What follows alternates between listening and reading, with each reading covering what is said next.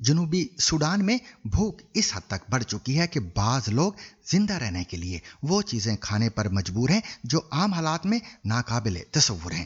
برسوں کے تنازعات اور موسمیاتی تبدیلی نے لاکھوں زندگیاں خطرے میں ڈال دی ہیں۔ دیکھیے کل کی دان کی رپورٹ جسے پیش کر رہے ہیں خالد کرامت۔ یہ اوکوبو ہے، جنوبی سوڈان کے دور دراز علاقے میں واقع ایک ضلع جہاں تک رسائی بہت مشکل ہے۔ یہاں اکثر خشک سالی اور سیلاب دونوں کا خطرہ رہتا ہے۔ یہ علاقہ بار بار ہونے والے تشدد کا مرکز بھی ہے، جس کا مطلب یہ ہے کہ یہاں رہنے والے لاکھوں لوگ اکثر کسی نہ کسی آفت سے بچنے کے لیے بھاگنے پر مجبور ہو جاتے ہیں۔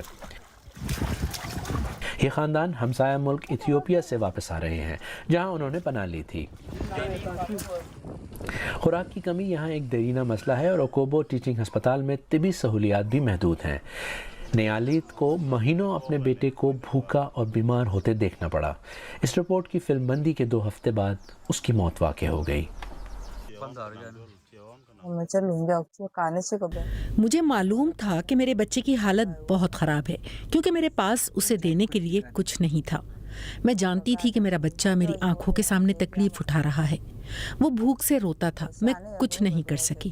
میں اسے کلینک لے گئی جہاں اسے فلوئڈز دیے گئے، لیکن اسی روز اس کی موت واقع ہو گئی۔ جو کچھ میرے بچے کے ساتھ ہوا اس کے بعد میں ٹھیک سے سوچ بھی نہیں سکتی۔ نیالیت یہاں موجود بہت سے لوگوں کی طرح کئی بار بے گھر ہو چکی ہیں۔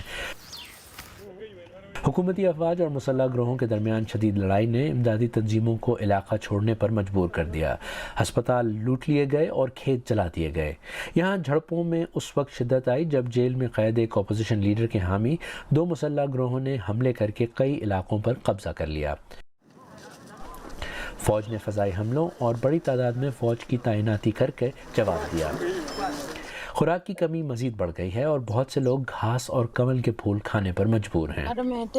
ہم گھاس کے پتوں پر گزارا کرتے ہیں اور کبھی کبھار 4 دن تک ہمارے پاس کھانے کے لیے اور کچھ نہیں ہوتا۔ ہم بچوں کے لیے کوئی ایسے پودے تلاش کرنے نکلتے ہیں جنہیں پکا سکے۔ میرا بچہ بھوک سے روتا ہے۔ جب میں اسے دودھ پلانے کی کوشش کرتی ہوں تو وہ چیختا ہے کیونکہ اسے کافی دودھ نہیں ملتا۔ سوچے میں ایک دودھ پلانے والی ماں ہوں اور کئی دنوں سے میں نے کچھ نہیں کھایا۔ افریقہ کے اس حصے میں خوراک کی عدم دستیابی کا بحران صرف جنوبی سوڈان تک محدود نہیں ہے۔ ہمسایہ ملک سوڈان کے کچھ حصوں میں قحط کا اعلان ہو چکا ہے اور صومالیہ میں لاکھوں افراد جن میں بچے بھی شامل ہیں بھوک کا سامنا کر رہے ہیں۔ لیکن جنوبی سوڈان کے لیے جو تقریباً 15 سال پہلے ایک آزاد ملک بنا، بھوک ایک مستقل مسئلہ بن چکی ہے، جس کی وجہ ملک میں لمبے عرصے سے شورش اور موسمیاتی تبدیلی کے اثرات ہیں۔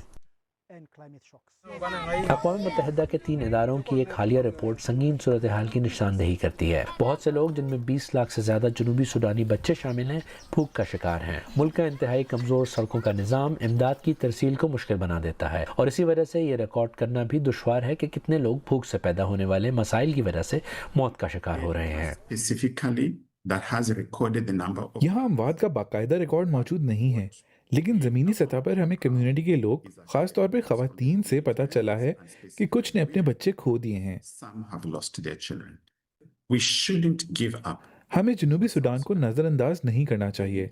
انہیں عالمی توجہ، حمایت اور مدد کی اشد ضرورت ہے تاکہ حالات میں بہتری آ سکے۔ فلاحی اداروں کے کارکنان اور سرکاری اہلکار فوری اقدامات کی ضرورت پر زور دے رہے ہیں۔ دنیا کے کم عمر ترین ملک کے نوجوان بھوک سے مر رہے ہیں اور بروقت امداد کی آمد زندگی اور موت کے درمیان فرق ثابت ہو سکتی ہے۔ کل کی دان کی اس رپورٹ کے ساتھ ہی آج کا سیربین بھی اپنے اختتام کو پہنچا۔ مجھے اور میری پوری ٹیم کو کل تک کے لیے اجازت دیجیے، لیکن اجازت لینے سے قبل اب تک کی خاص خبریں۔